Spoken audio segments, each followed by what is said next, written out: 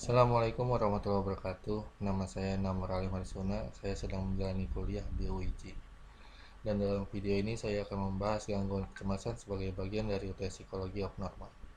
Saya akan mengangkat satu kasus nyata, menjelaskan definisi gangguan kecemasan, lalu menganalisanya dengan 4 teori utama, yaitu psikoanalisa, behavioristik, kognitif, dan biologis. Di akhir saya akan membandingkan kekuatan dan kelemahan masing-masing teori. Kasus yang saya ambil berasal dari artikel Universitas Airlangga tahun 2025 tentang masalah kesehatan mental di Indonesia.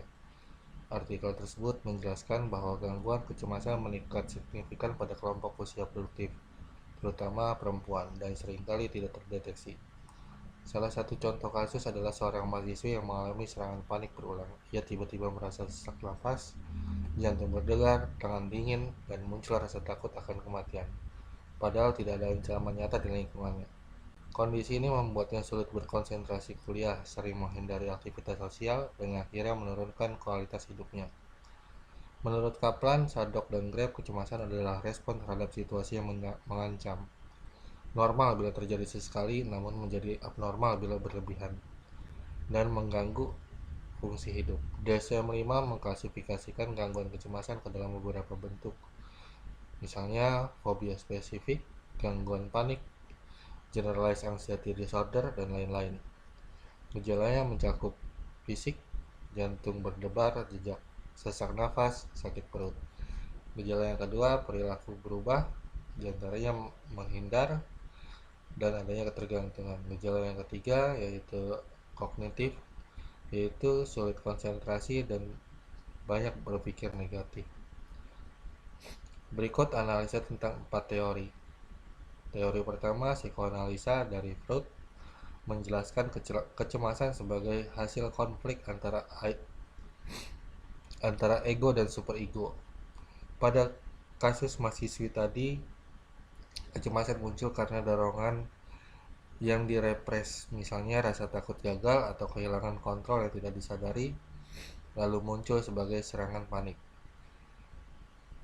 Menurut teori kedua, behavioristik, dari Skinner atau Watson, kecemasan dipandang sebagai hasil conditioning. Misalnya, jika mahasiswi pernah mengalami pengalaman traumatis saat ujian, tubuhnya bisa belajar merespon dengan panik setiap kali menghadapi situasi akademik.